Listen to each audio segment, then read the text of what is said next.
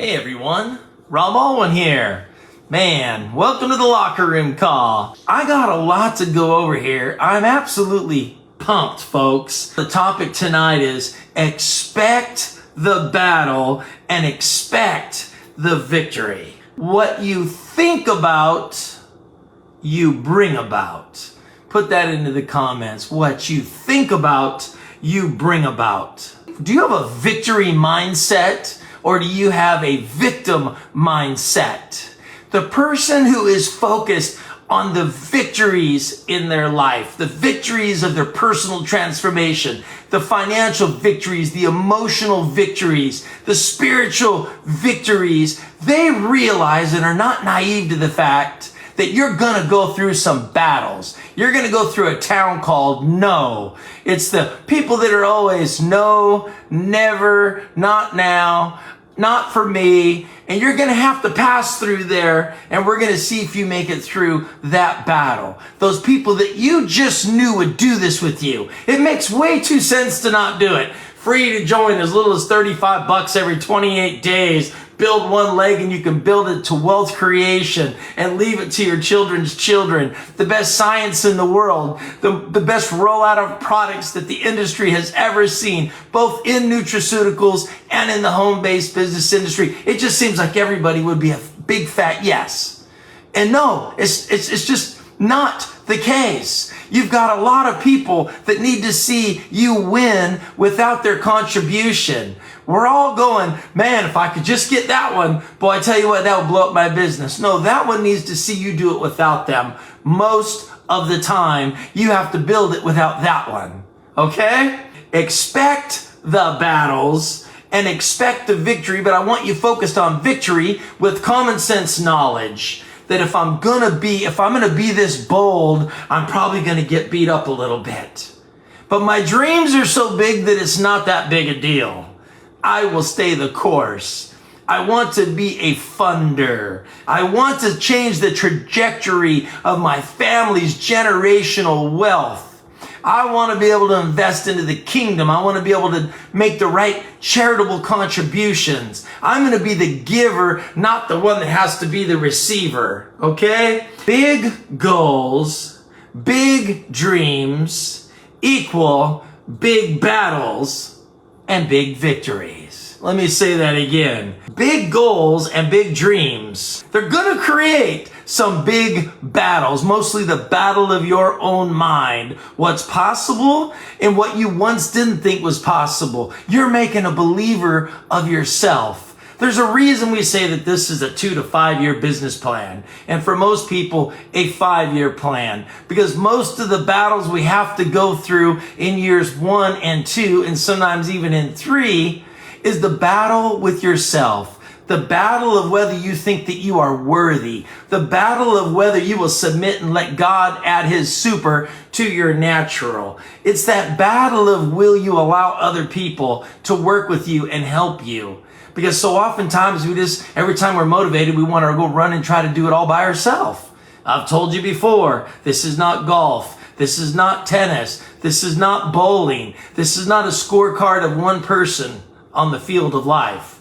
It is a team sport. I believe with all of my heart and with my 38 years of experience in this industry that 2025 is going to be the year for many people in this company. I believe without a shadow of a doubt, we have the best compensation plan the world has ever seen. Period, bar none, because I know they can't do it. Rob, why would you say they can't do it? Because I don't know of another group of people that's going to do it for no salaries that bring to the table 2 PhDs and 38 years experience and decades of experience from the master partners. I don't know of another chosen group of people that are willing to build it the way we all build it. As far as I know, they don't exist. Everybody's got their hand out. I rarely get through a week where somebody's not asking for something special. And I scratch my head and I think after all these years, they say they're so great, yet the only way they'll join our company is if we give them a golden situation different from everyone else's. Do they not think that they can't do this? Every time, and I say this not to brag, I say this not to boast, but I say this to inspire. Every time one door closed, the next one opened up with a living wage and with new people, a few of the old people, but the new chapter had new people. The new chapter, the new company had new provision. All I simply had to do was show up with faith and go to work, knowing that what I learned would work again. As we think about battles, as we think about victories, there are hard things in life where we lose our perspective. We get confused. When it's hard to upgrade our lives, so often as those challenges are coming our way, we forget that it's harder to not upgrade your life. It's harder to stay the same. You go backwards.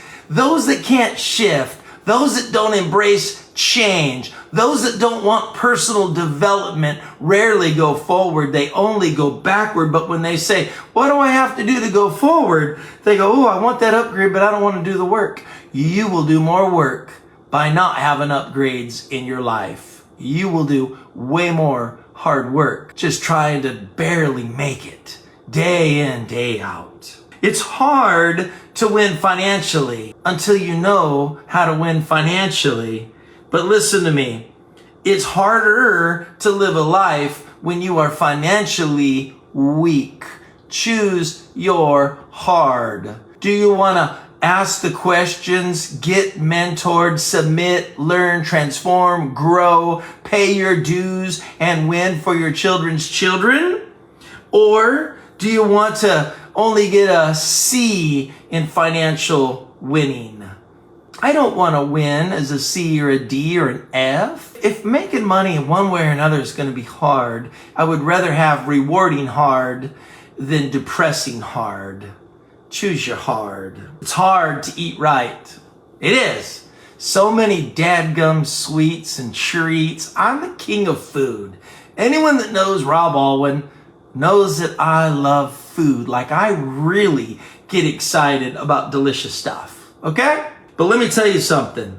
It's going to be harder if I don't make the change in my life. If I stay 50 pounds overweight, it's just a matter of time before type 2 diabetes shows up, high blood pressure shows up, high cholesterol shows up, sore and achy joints show up, poor sleep shows up. There is a number of things that are congruent with a life where you are heavy.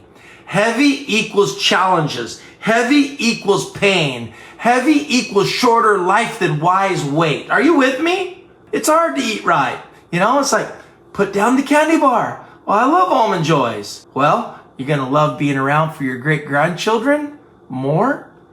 I'm going to choose my hard wisely. You know what? It's going to be hard to put down all the sweets and the treats and the pistachio ice cream and the homemade cookies and all the things that I love to eat. But if I take a look at it and I say, this weight on my frame long term is harder. Okay, there's my two hards. I can have that satisfaction of eating those sweets and treats, or I can get to play with my grandkids and my great-grandkids, and I get to be around to be a sharp, humble, loving 95-year-old up on stage at a LifeWise convention. I'd rather be that guy. I'd rather pop out on stage, fit and happy, healthy and wise, and pour my 90-something-year-old self into you and your kids and your grandkids. Folks, we're building a legacy. I'm willing to choose wisely on my hard. Are you with me? I have a question for you. What do you think's gonna last longer and be more productive? A nourished, wise weight body, or a malnourished body that does not weigh what it needs to weigh? Which body is going to last longer? Nourished, healthy, stable, thriving, exercising, proper weight body, or the other one? Doesn't take rocket science to say if you care for it, it'll probably last longer.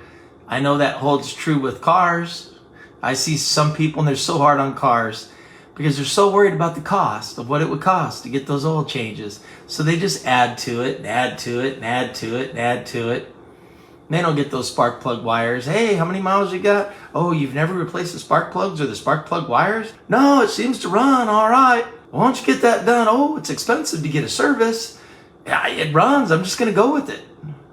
That's not wise. Believe me when I tell you that's not wise. Nourished or poorly nourished?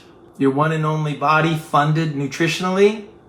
Not funded. How come it is that so many of us have unlimited junk food budgets, and then it comes to a good nourished meal and we go, oh, that costs too much? I just don't even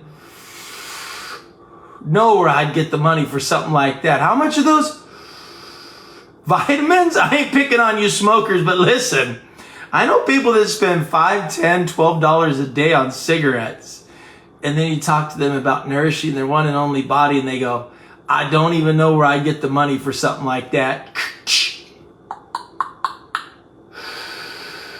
Baby, grab the bag of Funyuns. I'm hungry. We want to be wise around here. Otherwise, we have to change the name of this company. It's hard to get a gym membership, invest your money, show up, and do it day in and day out to get strong.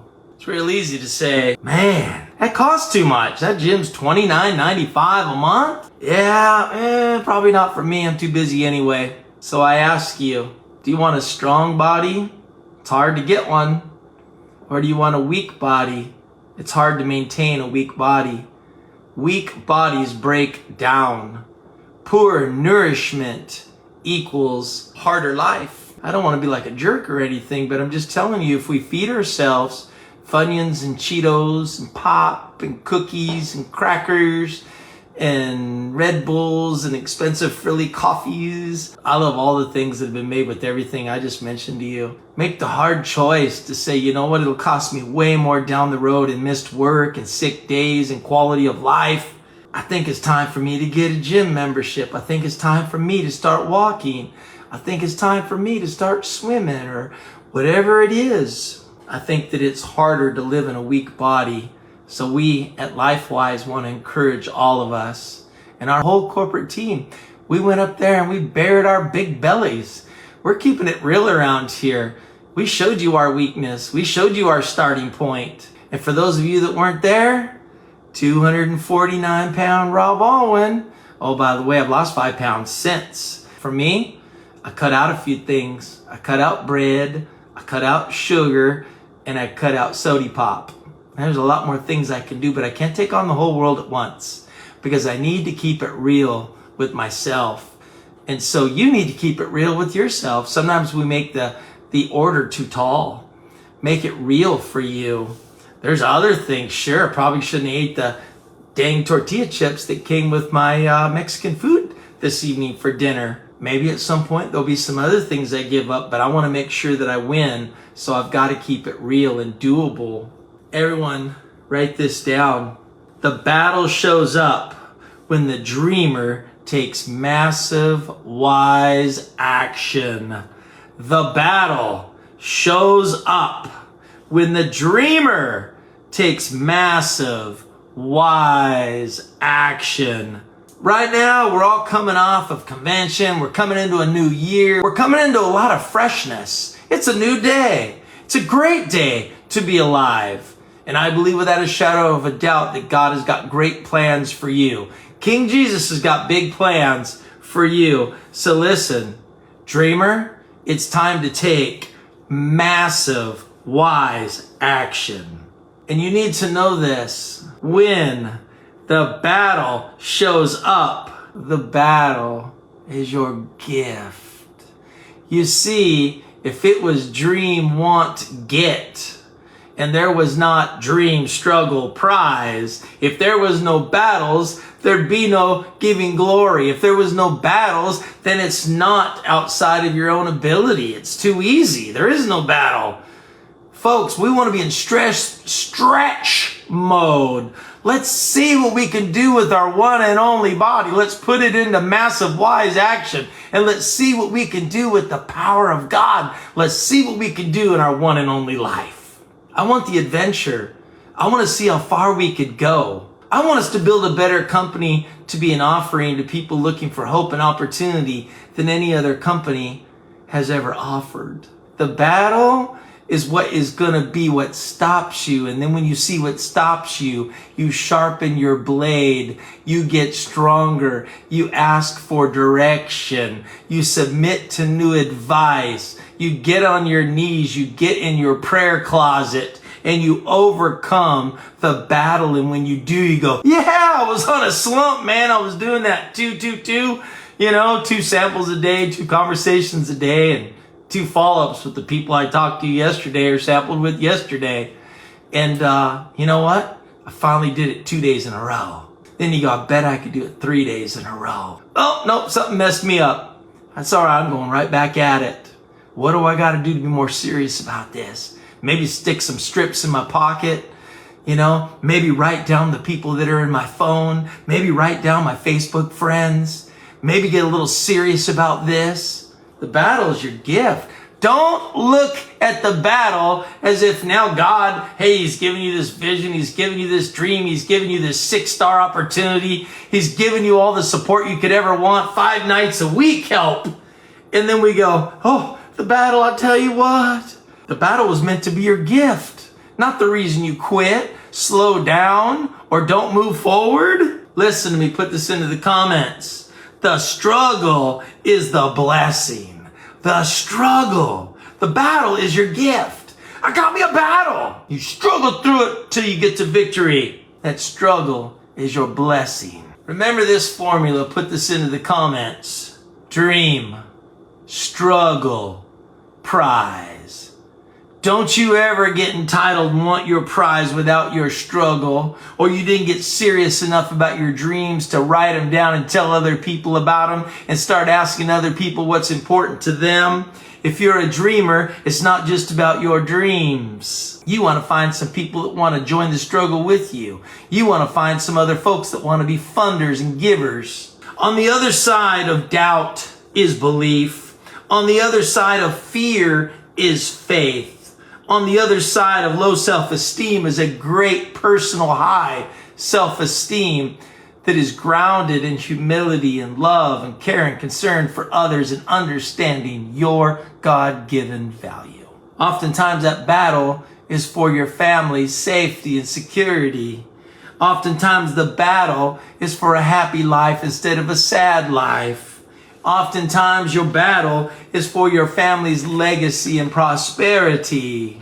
Perhaps you may have an executive order like this. I am giving myself the executive order to take full-blown action to get to a wise wait. Maybe it's an executive order to obtain wisdom. I'm going to go back and study and thrive in the Leadership Academy. I'm going in and I'm never coming out. I'm going to revisit those PDFs. I'm going to revisit that training. I'm going to take it serious, and I'm going to borrow Dr. Clem's PhD and make it my PhD, but I didn't have to spend the $200,000 to get it. I decree this executive order that I will be unstoppable in getting my power of 4. In fact, I give myself an executive order to be in that CAP, customer acquisition pool, which we started paying on this last week. I'm giving myself an executive order that I'm going to go gold by serving a bunch of folks. Because you know what? I want the fellowship on that cruise ship. I want to be with the other golds and above. I want to be with the other victors. I want to be with the other people that fought for something great. I'm giving myself an executive order that I must, before I lay myself to bed, I must read 15 minutes a day, every single day, to transform my mind and my heart. There's things I need to learn. There's things I need to not put off. I'm giving myself an executive order that I will watch every single Monday through Friday LifeWise training. Even if you can't hit it live on your way to work the next day, you could throw it in your lap and listen. Tim Gauthier, one of the most beautiful men, intelligent men, fabulous guys that I've ever met in my life, he says you got to stay close to the fire. Maybe that's your executive order. I will stay close to the fire. You'll never find me out there all by myself in the cold. You could die in the cold. I'm going to stay warm like Tim says. I've got an executive order for you. How many of us have not built our Dylan Power of 4? You don't have to answer, but how many of us have not found somebody with special needs that we could sponsor? And I'll even go so far as this. You know what? What if you found somebody in a wheelchair, someone that was blind, someone that was deaf, someone that was crippled, someone that had a mental handicap? What if you paid for their lead or their one product? What if you did that? What if that was part of your personal ministry?